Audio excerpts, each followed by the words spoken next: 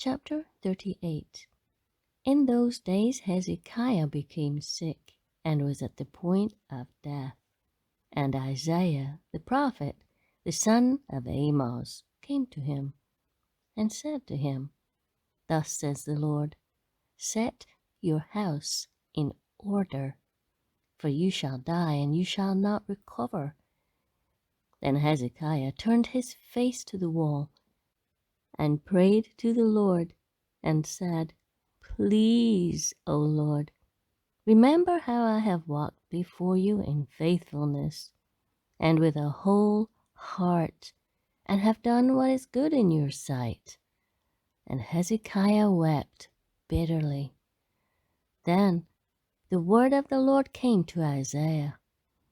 Go and say to Hezekiah, Thus says the Lord, the God of David your father, I have heard your prayer, I have seen your tears. Behold, I will add 15 years to your life. I will deliver you and this city out of the hand of the king of Assyria, and will defend this city. This shall be a sign to you from the Lord, that the Lord will do this thing that he has promised. Behold, I will make the shadow cast by the declining sun on the dial of Ahaz turn back 10 degrees. So the sun turned back on the dial the 10 degrees by which it had declined. A writing of Hezekiah, king of Judah, after he had been sick and had recovered from his sickness. I said, in the middle of my days I must depart. I am consigned to the gates of Sheol for the rest of my years. I said, I shall not see the Lord in the land of the living. I shall look on man no more among the inhabitants of the world.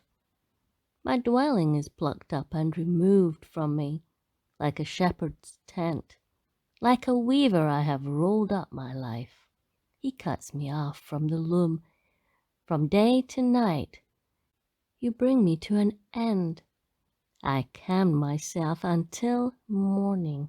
Like a lion he breaks all my bones. From day to night you bring me to an end. Like a swallow or a crane I chirp. I moan like a dove. My eyes are weary with looking upward. O Lord, I am oppressed, be my pledge of safety. What shall I say, for he has spoken to me, and he himself has done it. I walk slowly all my years, because of the bitterness of my soul. O Lord, by these things men live, and in all these is the life of my spirit. O restore me to health, and make me live. Behold, it was for my welfare that I had great bitterness, but in love you have delivered my life from the pit of destruction. For you have cast all my sins behind your back. For Sheol does not thank you, death does not praise you. Those who go down to the pit do not hope for your faithfulness. The living he thanks you, as I do this day. The Father makes known to the children your faithfulness. The Lord will save me, and we will play my music on stringed instruments all the days of our lives at the house of the Lord. Now Isaiah had said, Let them take a cake of figs and apply it to the boil, that he may recover. Hezekiah also said, What is the sign that I should go up to the house of the Lord? Chapter 39. At that time Merodach-Baladan, the son of Baladan, king of Babylon, sent envoys with letters and a present to Hezekiah, for he heard that he had been sick and had recovered, and Hezekiah welcomed them gladly. And he showed them his treasure house, the silver, the gold, the spices, the precious oil, his whole armory, all that was found in his storehouses. There was nothing in his house or in all his realm that Hezekiah did not show them.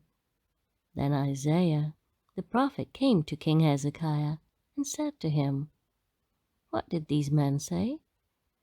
And from where did they come from?" Hezekiah said, "They have come to me from a far country, from Babylon." He said, "What have they seen in your house?"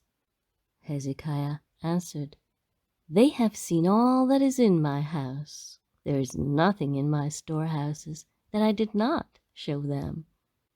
Then Isaiah said to Hezekiah, "Hear the word of the Lord of hosts. Behold, the days are coming when all that is in your house, and that which your fathers have stored up till this day, shall be carried to Babylon. Nothing shall be left, says the Lord.